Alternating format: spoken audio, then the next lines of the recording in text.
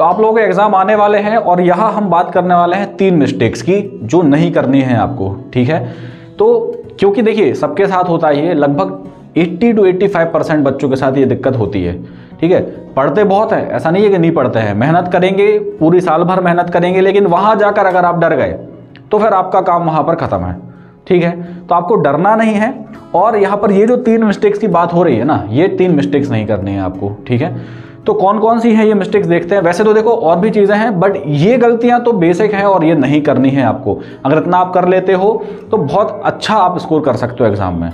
तो अभी से इसके लिए प्रिपेयर हो जाइए, अभी आपके पास टाइम है, इसलिए ये वीडियो आपके लिए बनाया है, क्योंकि अभी आपके पास टाइम है। और टाइम रहते अगर आप थोड़ा सा भी संभल जाते हो तो आपको एग्जाम में बहुत बेनिफिट मिलेगा इस चीज़ का, है ना। तो ऐसी गलतियां अपन को नहीं करनी है। कौन सी वो गलतियां हैं अपन देख लेते हैं।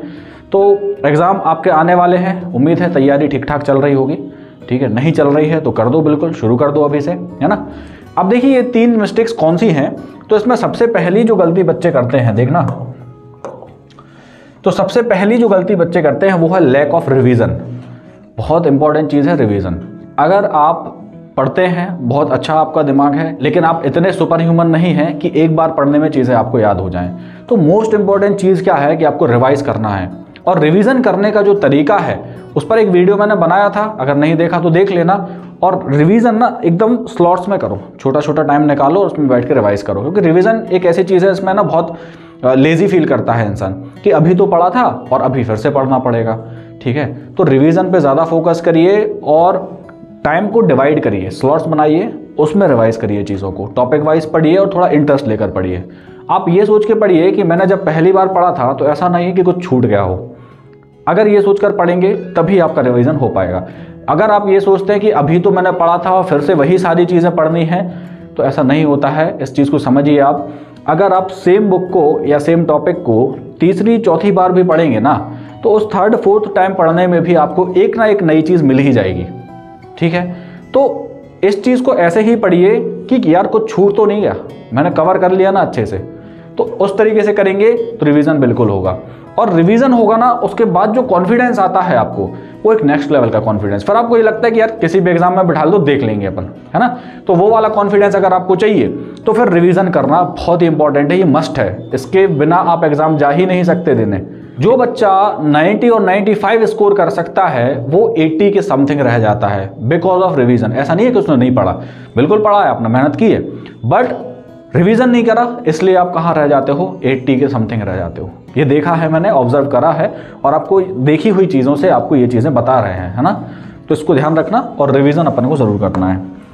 दूसरी जो मिस्टेक होती है ना, वो देखिए यहाँ पर क्या होती है कि जो आपके असर्शन और रीजनिंग वाले क्वेश्चंस आते हैं, तो इसमें जनरली बहुत कंफ्यूजन होता है बच्चों को कि असर्शन और रीजनिंग का क्या करें। तो इसका एक ही ऑप्शन है, प्रैक्टिस।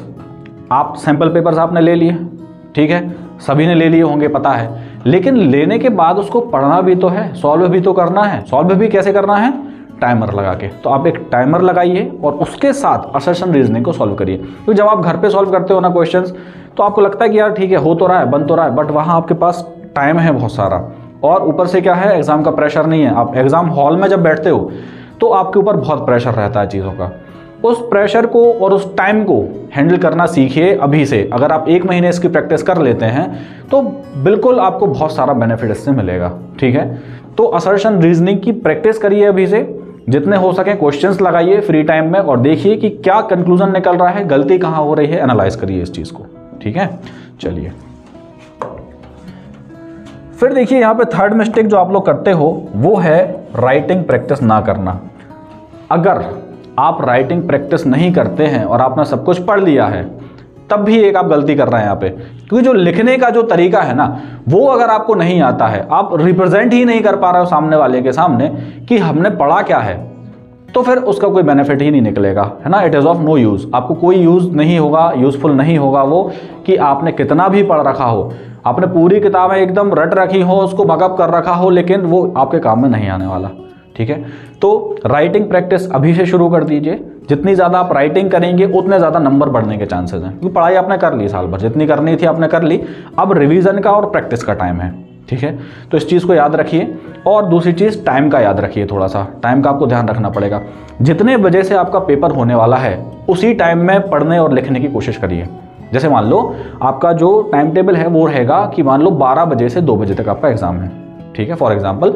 तो आप क्या करेंगे कि उसी 12 बजे से 2 बजे तक राइटिंग प्रैक्टिस करिए।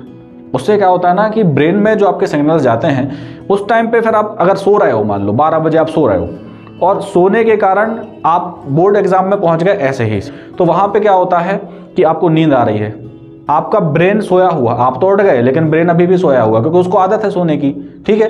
तो आप यहाँ क्या करेंगे कि उसी टाइम में प्रैक्टिस करिए। उस टाइम में जब आप प्रैक्टिस करेंगे तो ब्रेन अलर्ट रहेगा और मानिए, यकीन मानिए, यहाँ पर आपके नंबर बहुत ज़्यादा इंक्रीज होने वाले हैं, ठीक है। तो ये छोटी छोटी सी चीज़ें हैं, लेकिन अगर आप इनको फॉलो कर लेते हैं तो आपके नंबर में इंक्रीमेंट श्योरिटी से मैं आपको लिखित में दे सकता हूँ कि यहाँ पर नंबर आपके इंक्रीज होने वाले हैं, ठीक है। तो इन चीज़ों का आपको ध्यान रखना है, बहुत छोटी चीज़ें हैं। जिसको कोई डाउट हो और दिक्कत आ रही हो पढ़ने में, रिवाइज करने में, वो पर्सनली आकर मुझसे मिल ले या मुझसे कांटेक्ट कर सकता है, ठीक है।